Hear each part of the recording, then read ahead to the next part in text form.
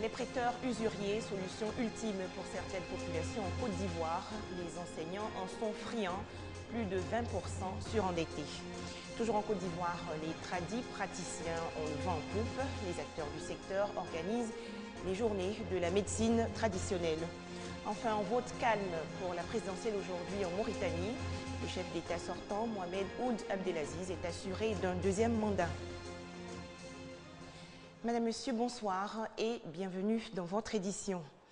Faire appel au service d'un prêteur usurier peut vite se transformer en cauchemar, car les margouillas, comme on les appelle ici en Côte d'Ivoire, prêtent de l'argent à des taux d'intérêt supérieurs au taux légal. Leur cible, les personnes en situation difficile et en mal de ressources financières. Les enseignants de Côte d'Ivoire sont les plus touchés par cette pratique. En 2014, le taux d'enseignants surendettés s'élève à 30%. Et c'est pour mettre fin à cette situation que la direction de la mutualité des œuvres sociales et scolaires forme ses coordonnateurs régionaux. Les détails avec Doigt de Laser. Depuis 2006, selon la direction de la mutualité des œuvres sociales et scolaires, DEMOS, plus de 25% du personnel de l'éducation nationale et de l'enseignement technique vivaient surendettés. Le salaire souvent confisqué par les magouillards, un système de prêts illicites initié par les opérateurs économiques ou des commerçants qui rôdent autour des entreprises bancaires. En 2014, le taux s'accroît. 30% des enseignants du système éducatif vivent difficilement et même sans salaire à cause des magouillards. D'où le renforcement des capacités des coordonnateurs de la DEMOS pour faire face à ce fléau qui mine le secteur éducatif ivoirien. Cette formation, elle était très attendue parce qu'elle va permettre à nos collaborateurs à être outillés en éducation financière pour une meilleure gestion de leur propre budget familial et au-delà pour une meilleure prise en charge des personnels surendettés. Une rencontre qui vient à point nommé selon les participants. Le niveau de vie devient de plus en plus cher et une mauvaise gestion des ressources financières et particulièrement du salaire entraîne un surendettement, et ce qui a un impact négatif sur les prestations et les performances du personnel au niveau de l'enseignement. Cet atelier de renforcement des capacités des coordonnateurs, nous pensons que c'est une activité qui vient à point nommé.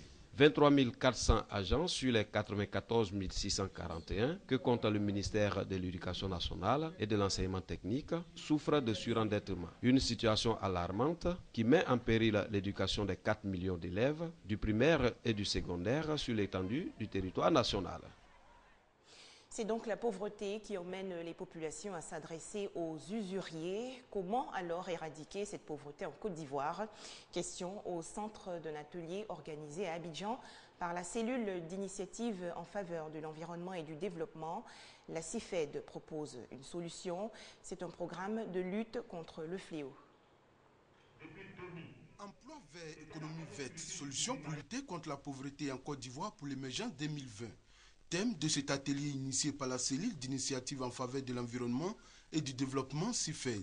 Il s'agit pour cette organisation non gouvernementale d'inviter toutes les couches sociales à accompagner le président de la République Alassane Ouattara dans son élan de développement de la Côte d'Ivoire. Chacun à son niveau doit pouvoir œuvrer pour l'émergence de la Côte d'Ivoire. Ce n'est pas l'affaire des gouvernants. Le programme national de développement. La population doit s'approprier ce programme parce que c'est dedans se trouve leur bonheur. Quand on fait des réalisations, il y a les réalisations socio-économiques autour desquelles on peut créer des entreprises. La cellule d'initiative en faveur de l'environnement et du développement, qui œuvre dans le sens de l'éradication de la pauvreté, entend mener ses actions dans toutes les villes de la Côte d'Ivoire. Objectif, réduire le taux de pauvreté dans les foyers par la recherche de fonds pour financer des activités génératrices de revenus au profit des femmes. On faisait le point avec Herman Niamien et nous Sangaré. Au chapitre santé, les toutes premières journées des plantes traditionnelles en Côte d'Ivoire. C'est une sensibilisation aux vertus et au dosage des plantes, une initiative du groupement des exploitants de plantes médicinales en Côte d'Ivoire. L'événement se tient du 19 au 22 juin prochain à l'Institut national de santé publique. Le point avec Serge Coléa et Éric Goré. Selon l'OMS, 80% de la population mondiale a recours à la médecine traditionnelle et aux plantes médicinales pour le traitement des maladies. Pour une meilleure prise en charge des malades, les autorités ivoiriennes apportent leur soutien à ces praticiens utilisateurs des plantes. La présidente du groupement des exploitants des plantes médicinales et le président des tradipraticiens de Côte d'Ivoire ont salué cette décision. 1500 plantes sont utilisées par la pharmacopée en Côte d'Ivoire. Pour le représentant du ministre de l'Environnement, il faut encourager la médecine traditionnelle, mais aussi veiller à la protection de la flore.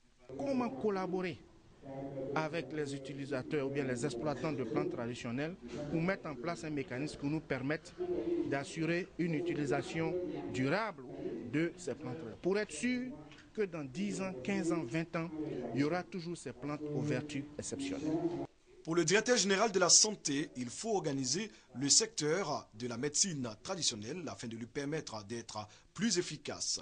Les tradipraticiens vont être organisés en mouvement plus professionnel, plus ordinal de probité, qui fera en sorte que certaines choses qui ne sont pas recommandées dans ces professions-là vont être bannies.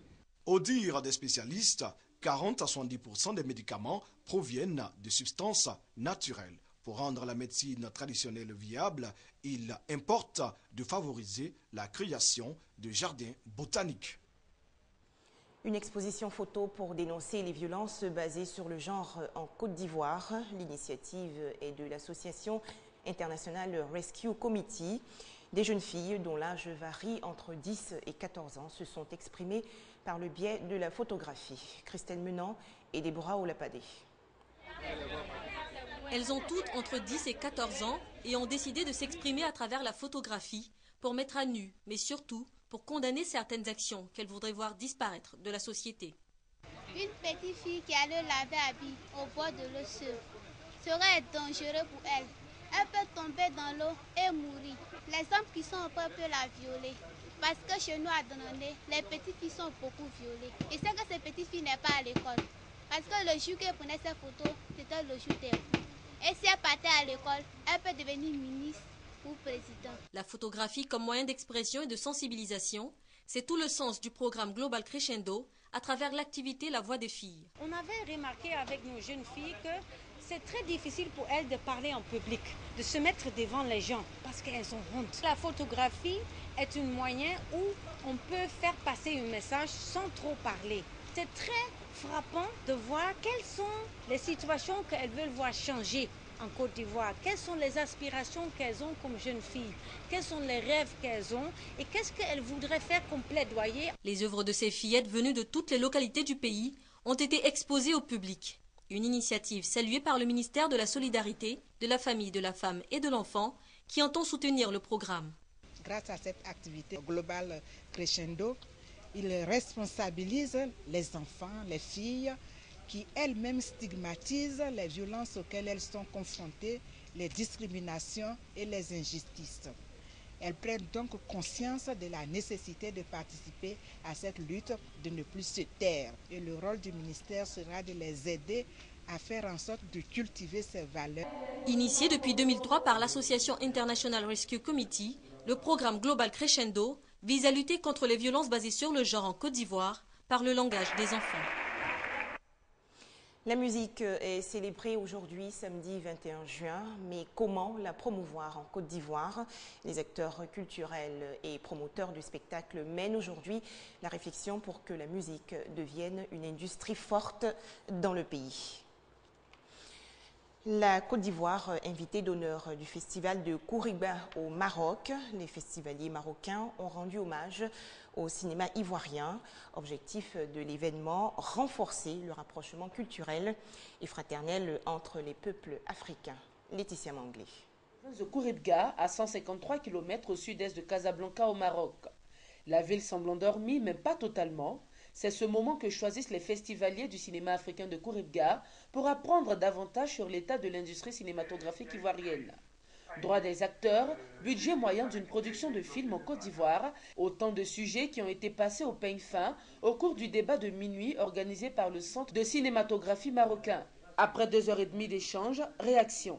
J'ai vraiment vu des acteurs et des actrices à un niveau très haut. Et ces acteurs et ces actrices ivoiriens, je pense qu'ils n'ont pas encore trouvé les réalisateurs ivoiriens qui peuvent éventuellement leur donner leur propre valeur. Le cinéma ivoirien a de très beaux jours devant lui. Si tous les acteurs qui sont autour travaillent vraiment en de parfaite synergie. Cette conférence débat a été animée par 3 panélistes ivoiriens, dont Lissone Fall Diomondé, directrice du cinéma et de l'industrie culturelle de Côte d'Ivoire. Nous aspirons justement à reprendre notre place dans le concert des nations sur la planche cinématographique. Et tout est bien prêt, puisqu'il y a une loi qui a été déposée au niveau des députés, et cette loi va passer en plénière à partir du 24. Et là, ça va faciliter tout ce qui est au plan cinématographique pour les règlements et donner des mesures incitatives pour que l'on vienne investir dans le cinéma en Côte d'Ivoire. Le cinéma ivoirien a encore de beaux jours devant lui, c'est le moins que l'on puisse dire, vu sa présence au Festival du cinéma africain de Kouribga en tant que pays invité d'honneur. Le vote pour la présidentielle s'est déroulé aujourd'hui dans le calme en Mauritanie. Plus d'1 million d'électeurs inscrits. Le chef d'État sortant, Mohamed Ould Abdelaziz, part déjà grand favori. La raison, l'opposition absente du scrutin a appelé au boycottage. 1 300 000 électeurs mauritaniens étaient appelés aux urnes ce samedi pour élire leur président de la République.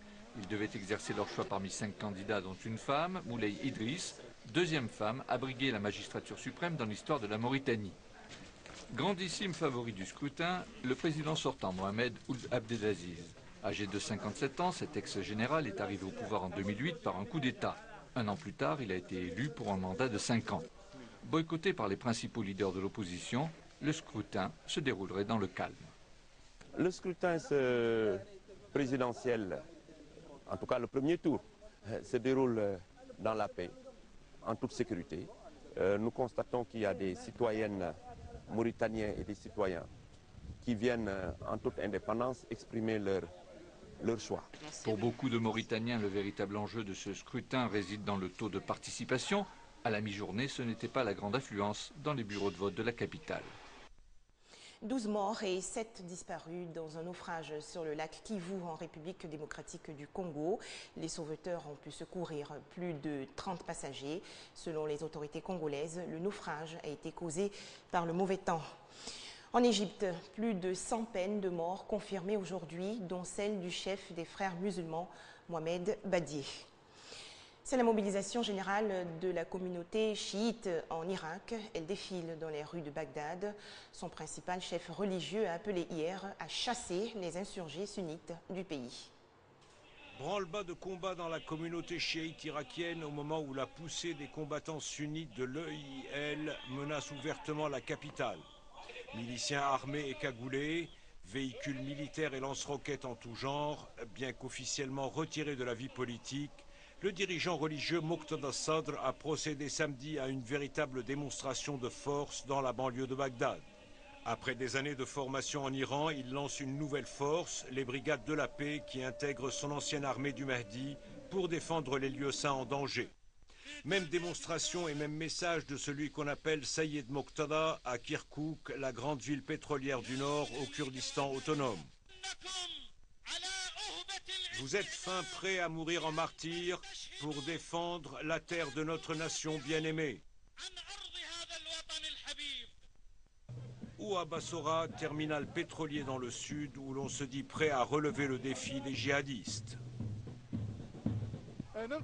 Nous avons beaucoup d'armements perfectionnés, des armes lourdes, moyennes et légères, pour repousser les obscurantistes qui se sont abattus sur le peuple irakien.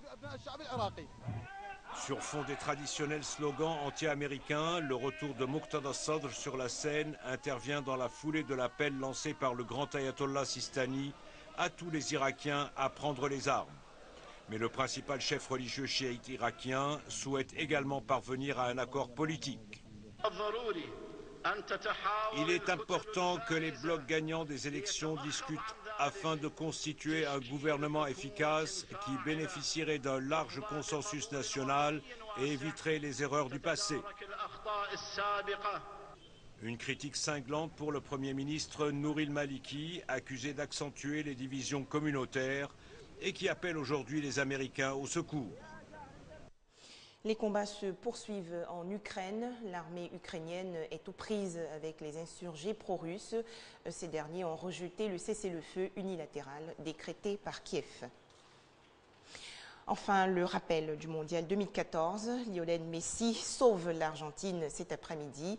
1-0 contre l'Iran à la 91e minute de jeu.